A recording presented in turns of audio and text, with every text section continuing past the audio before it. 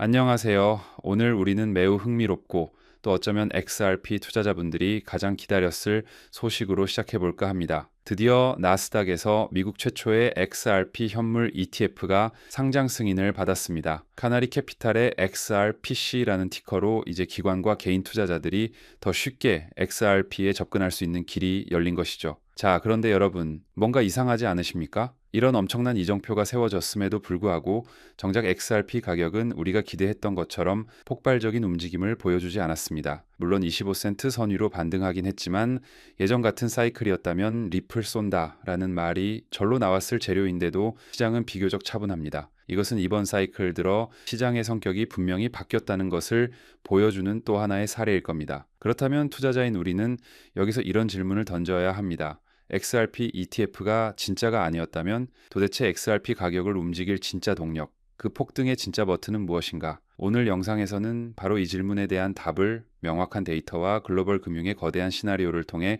하나하나 파헤쳐 보겠습니다. ETF는 단순한 예고편에 불과했을지도 모릅니다. 자, 첫 번째 슬라이드를 보시죠. 보시는 것처럼 나스닥에 XRP 현물 ETF가 상장되었습니다. 이것은 분명한 성과입니다. 하지만 시장의 반응은 미지근합니다. 이것은 ETF 자체가 최종 목적지가 아니라는 것을 의미합니다. ETF는 단지 XRP라는 자산이 제도권 금융시장의 입장권을 끊고 들어왔다는 신호일 뿐입니다. 그렇다면 이 입장권을 들고 XRP가 들어가려는 진짜 파티장은 과연 어떤 곳일까요? 그곳의 규모는 얼마나 거대할까요? 바로 이 부분이 핵심입니다. XRP의 본질은 단순히 시세가 오르내리는 코인이 아닙니다. 리플사가 구축한 이 네트워크의 기축 통화는 전 세계 금융시장의 거대한 자금 흐름을 실시간으로 연결하는 파이프라인 역할을 목표로 하고 있습니다. 이 파이프라인이 감당해야 할 시장의 규모를 한번 보시죠. 정말 입이 벌어지는 숫자들입니다. 전 세계 파생상품 시장의 명목 가치는 무려 700조 달러가 넘습니다.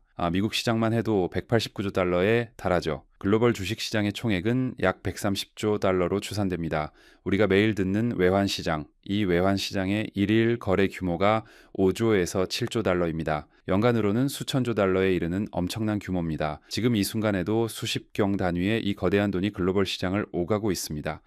아주 만약에 XRP가 이 거대한 흐름의 단 일부라도 결제와 정산의 중심 경로로 활용될 수 있다면, 그것이 현실화된다면 그 영향력은 지금 우리가 상상하는 것조차 뛰어넘을 것입니다. 그럼 구체적인 시나리오를 보겠습니다. 첫 번째는 바로 효율성의 문제입니다. 여러분, 현재 우리가 사용하는 국제 송금망 스위프트는 사실 매우 비효율적입니다. 각국 은행들은 송금을 위해 다른 나라 은행에 미리 막대한 돈을 예치해둬야 합니다. 이걸 전문 용어로 노스트로 보스트로 계좌라고 하죠. 자, 그런데 이 예치금으로 묶여있는 돈, 즉 잠자고 있는 돈의 규모가 얼마인지 아십니까? 무려 27조 달러로 추산됩니다. 리플의 ODL, 즉 주문형 유동성 서비스는 바로 이 문제를 해결합니다. XRP를 매개로 실시간 환전과 정산이 이루어지면 이 27조 달러라는 막대한 예치금이 필요 없어집니다. 말 그대로 잠자고 있던 27조 달러의 유동성이 시장에 풀리는 겁니다. 이는 단순히 돈이 풀리는 것을 넘어 소수의 XRP만 빠르게 회전해도 거대한 거래량을 감당할 수 있게 되는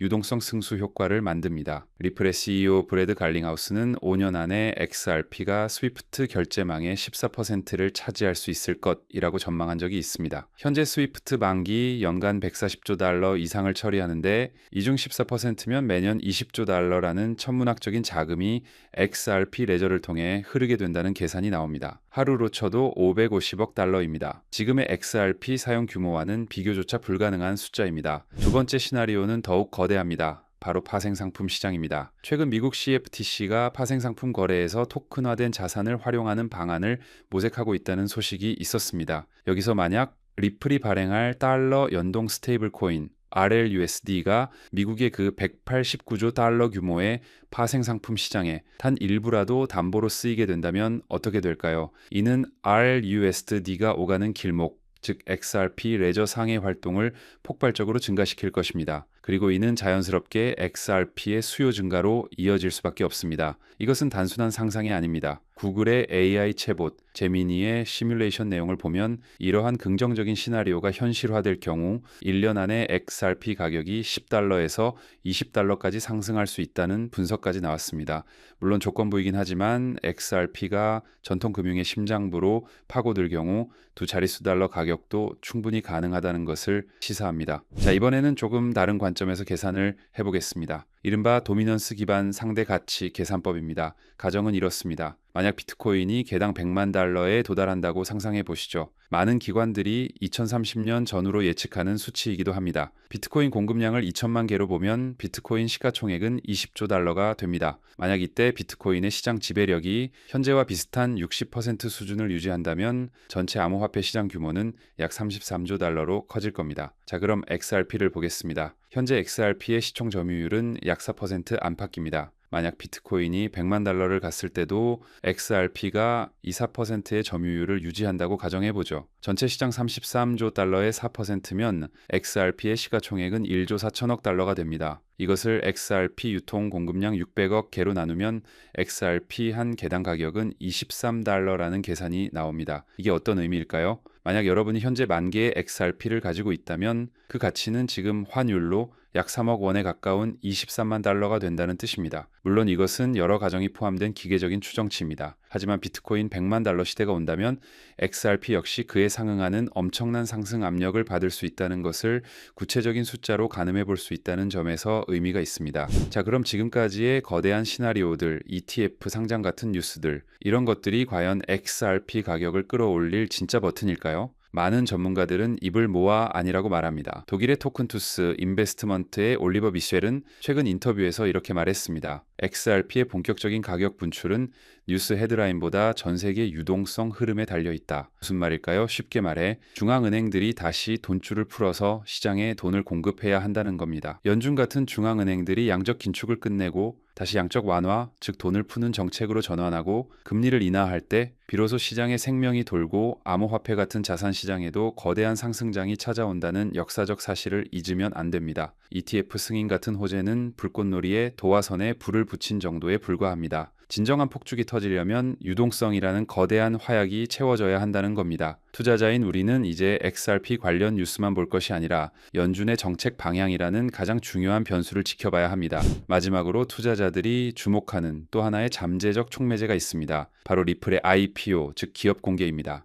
그런데 최근 리플스웰 행사에서 모니카 롱 사장은 당장 IPO에 대한 계획이나 일정이 전혀 없다고 선을 그었습니다. 이게 재미있는 지점입니다. 리플은 최근 5억 달러, 우리 돈 6,500억 원 규모의 투자를 유치하며 기업 가치를 400억 달러, 52조 원으로 평가받았습니다. 돈이 엄청나게 많다는 뜻이죠. 모니카 롱은 우리는 굳이 공개 시장에서 자금을 안 구해도 될 만큼 충분히 자본이 탄탄하다고 자신했습니다. 브래드 갈링하우스 CEO 역시 굳이 월가의 자금 조달 공식을 따를 필요가 없다고 말했죠. 자, 투자자에게 이것은 어떤 의미일까요? IPO 재료가 소멸됐다는 실망감이 아닙니다. 오히려 그 반대입니다. IPO는 아직 사용되지 않은 리플이 손에 쥐고 있는 잠재적인 조커 카드, 즉 최강의 패로 남아있다는 뜻입니다. 리플은 현금도 많고 사업도 잘 되고 있어서 지금 당장 상장할 필요가 없는 겁니다. 그들은 규제 환경이 완벽하게 명확해지고 투자 심리가 최고조에 달했을 때, 즉 가장 파급력이 클 최적의 순간에 이 카드를 사용하기 위해 전략적으로 기다리고 있는 것입니다.